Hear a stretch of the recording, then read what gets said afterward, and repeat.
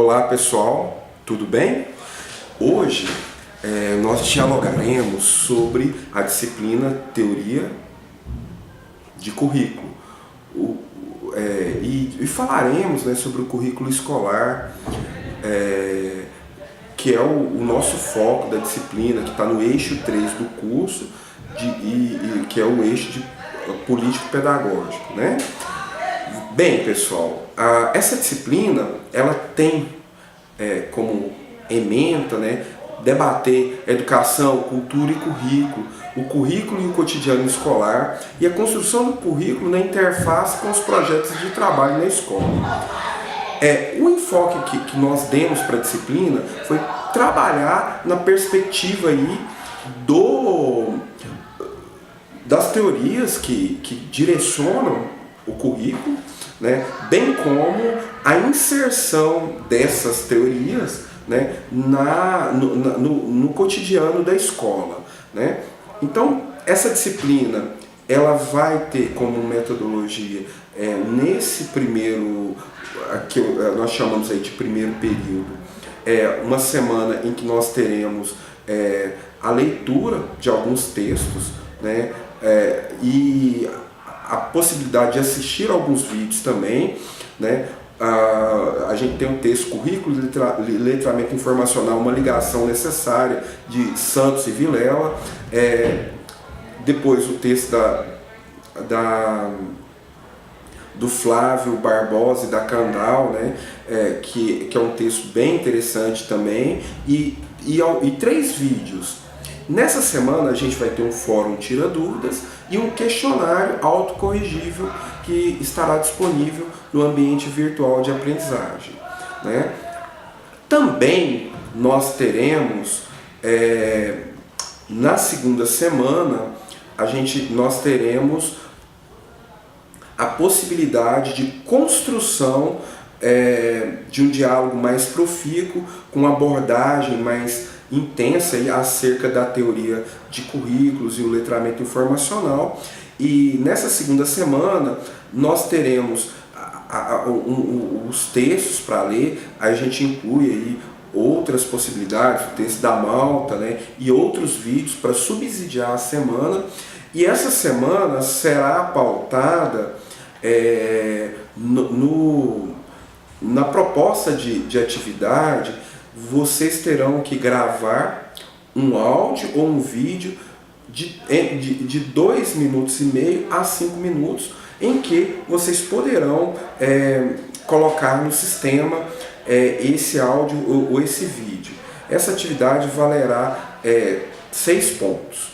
Nós observamos que estará disponível no segundo período, que vai compreender do dia 25 do 9 a 8 do 10, nós teremos disponível um tutorial para auxiliar vocês nessa tarefa, né? Então, nós teremos também o fórum Tira Dúvidas para essa semana aí da disciplina, né? E a gente entrando aqui na teoria de currículos, né, só para a gente fazer uma reflexão, né, o currículo ele é compreendido, né, como o lugar, o espaço, o território. O currículo é relação de poder. Então, o currículo ele é trajetória, pessoal, ele é percurso. O currículo é autobiografia, é nossa vida. Por exemplo, o currículo vitae, ele forja a nossa identidade. O currículo é um texto, é um discurso, é um documento. O currículo é um documento de identidade, né? A origem da palavra discurso é curso, percurso, ato de correr, né? Então, é importante a gente pensar aí na teoria de currículo nessa perspectiva. Quando se inicia as prescrições sobre o ensino, né, como ferramenta pedagógica na sociedade industrial, o currículo ele vai surgir como uma forma de organização social baseada na propriedade privada e nos meios de produção. A industrialização, a urbanização, a imigração, né, a manutenção do status quo, e o currículo vai consolidar um projeto nacional comum para restaurar a homogeneidade em vias de desaparecimento. ensinar as crianças, filhos dos imigrantes, as crenças, os valores dos seres para serem adotados. E a escola, ela vai propiciar e facilitar a adaptação das novas gerações às transformações econômicas, sociais e culturais que ocorriam, né? Então, um aspecto importante que se torna urgente nesse momento é a expansão da escola, massificação da escolaridade, normalização, uniformização de comportamentos e atitudes, etc.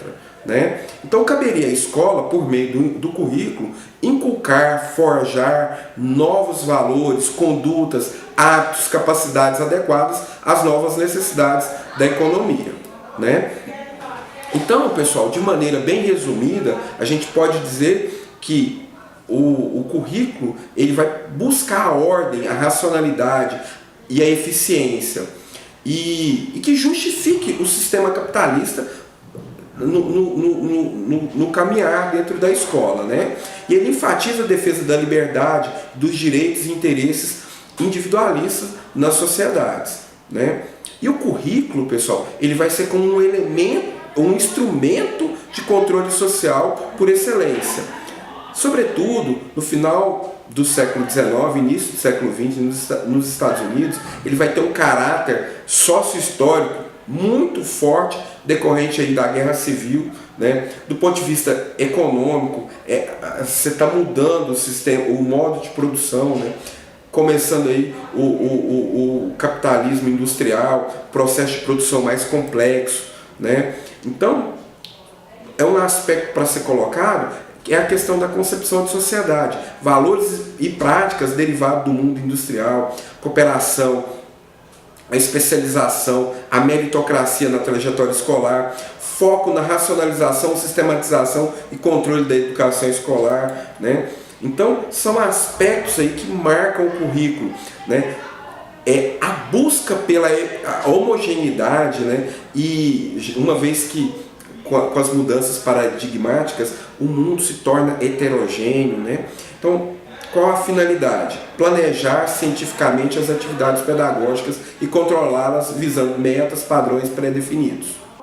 Partindo aí de maneira bem resumida acerca da teoria de currículos, né, a gente poderia falar o conjunto de teorias, as teorias tradicionais. As teorias tradicionais, elas estavam pautadas no ensino, né, focado na aprendizagem, né, com método de avaliação em que o professor é o detentor do conhecimento e o aluno é o receptor, né. As metodologias eram mais enciclopédicas, né. O aluno ele adquire o conhecimento formatado, estruturado e organizado da forma com que ele foi pensado ali pelos detentores do conhecimento, né? A didática é aquela que o professor conduz o processo, o aluno é o receptor, né? Ele é uma teoria que prima pela organização, a sistematização dos conteúdos que vão ser organizados, né? O planejamento ele visa atender aos interesses dos meios hegemônicos, visando a eficiência, a objetividade, né? Então, a teoria tradicional, ela vai partir desse prisma, né? É uma teoria calcada muito nas ideias positivistas, né? Então, esse é o caminho aí das teorias tradicionais.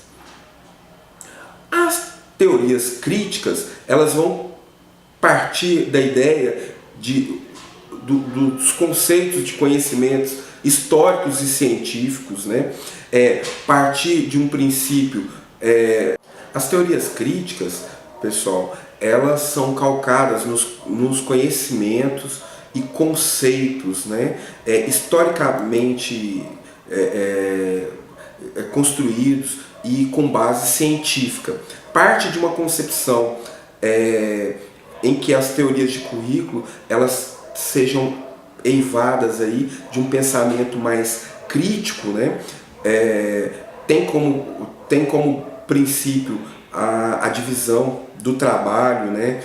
Trabalha na perspectiva da materialidade, da objetividade, tendo a realidade como foco do processo construtivo.